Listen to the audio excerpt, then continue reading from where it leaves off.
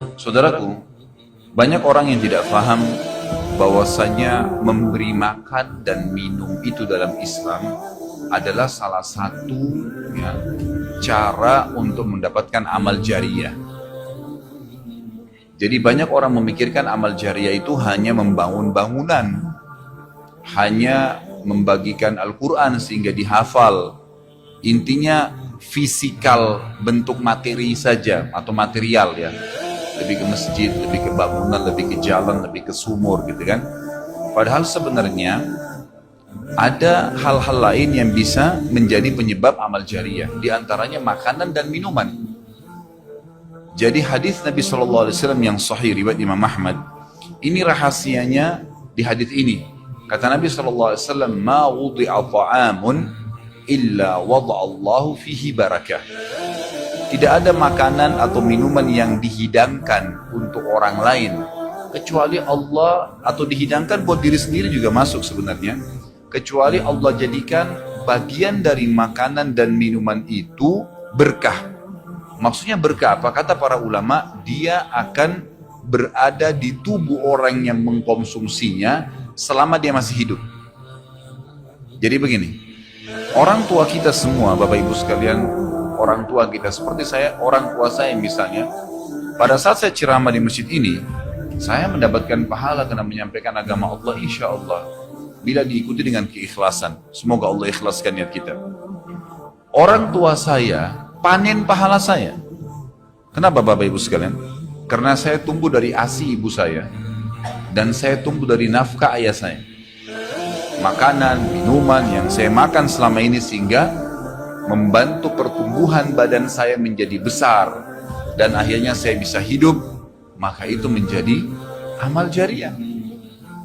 Makanya dalam hadis riwayat Imam Muslim, seorang sahabat bertanya, "Ya Rasulullah, ayyul islami khair?" Perbuatan apa dalam Islam yang khair? Khair ini yang baik sekali, pahalanya besar sekali, selain yang wajib, yang sunnah-sunnah aja nih. Nabi SAW tidak mengatakan perbanyaklah sholat sunnah. Kenapa? Sholat sunnah secara individual. Puasa sunnah, zikir, ngaji, bukan. Karena orang ini mengatakan khair artinya yang banyak sekali pahalanya, banyak sekali manfaatnya, dan ringan, sunnah. Berarti orang lain bisa merasakan. Apa jawaban Nabi SAW? Tut'imut ta'am wa tusallimu ala man ta'rif wa man lam ta'rif. Engkau memberikan makan dan minum kepada orang yang kau kenal atau kau tidak kenal. Memberi makan umumnya. Dan engkau menyebarkan salam kepada orang muslim yang kau kenal atau kau tidak kenal. Tapi saksi bahasan kita potongan awal hadis ini, di mana Nabi SAW menjadikan amal yang paling baik, besar pahalanya dalam Islam ternyata memberi makan dan minum orang lain. Kok bisa? Bukankah dalam secara akal kita, kalau kita makan dan minum, kan habis gitu kan?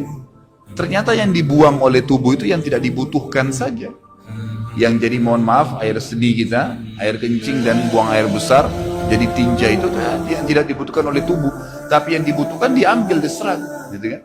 Dia akan menjadi bagian daripada otot-otot, urat-urat yang memang membutuhkan ya pembaharuan, atau bahkan menjadi bagian daripada darah di tubuh kita dan seterusnya.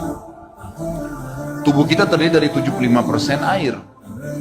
Dan Allah SWT mengatakan dalam Al-Quran, "A'udzubillahi minasyaitonirrajim, waja'alna minal ma'i kulli syai' hayy." Kami jadikan dengan air itu segala sesuatu bisa hidup. Dan memang seperti itu.